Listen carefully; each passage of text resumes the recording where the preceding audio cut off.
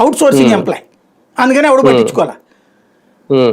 ఆ తర్వాత వచ్చిన వర్షం ఇది, ఆ గేట్ తీయాలని ఎవడికి తెలియదు, నీళ్లు స్టక్ అయిపోయి మొత్తం ఎదురుదని ఆ గేట్ తీయగానే వెళ్ళిపోయింది. మున్సిపల్ కమిషనర్ అదంతా వెరిఫై చేస్తే బయటపడింది. ఇప్పుడు ఇది కూడా వెంటనే అసలు ఇరిగేషన్ వాళ్ళు చెక్ చేసుకుని ఏం జరిగింది అన్నటువంటిది ఇంకోసారి రాకుండా కిందసారి జరిగినప్పుడే చేస్తే ఇప్పుడు అయ్యేది కాదుగా. లాస్ట్ ఇయరే కదా అక్కడ రోడ్డు మీద నీళ్ళు నిలిచినాయి, ఇప్పుడు మళ్ళీ నిలిచినాయి అంటే అది మీ వైఫల్యమే కదా.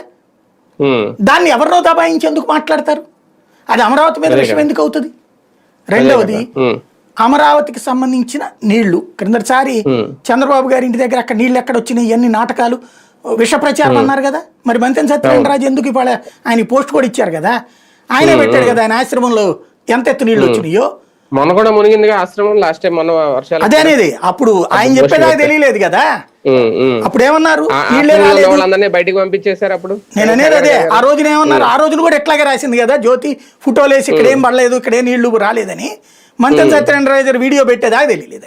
అది ఎవరన్నా ఆ రోజున ఎట్లాగే దబాయించారుగా అక్కడ. అవును, ఎందుకు మీరు అబద్ధం చెప్పటం? నిజాయితీగా మాట్లాడండి. ఎస్, నీళ్లు వస్తాయి పోతాయి భయ్యా. కొండవీటి వాగు పాలవాగు వచ్చాక ఇంకోటి రాజధాని అంటే సెక్రటేరియట్ హైకోర్టు అసెంబ్లీనేనా? ఆ హైకోర్టుకి వెళ్ళే చోట నీళ్లు ఉన్నాయని ఆయన ఎవరో లాయర్ వీడియోలు తీసి మరీ చూపెట్టాడు క్లియర్ గా. అది రోడ్డు మీద నీళ్లు వస్తాయా కాసేపటికి పోతాయి, ఏముంది అది అని చెప్పు.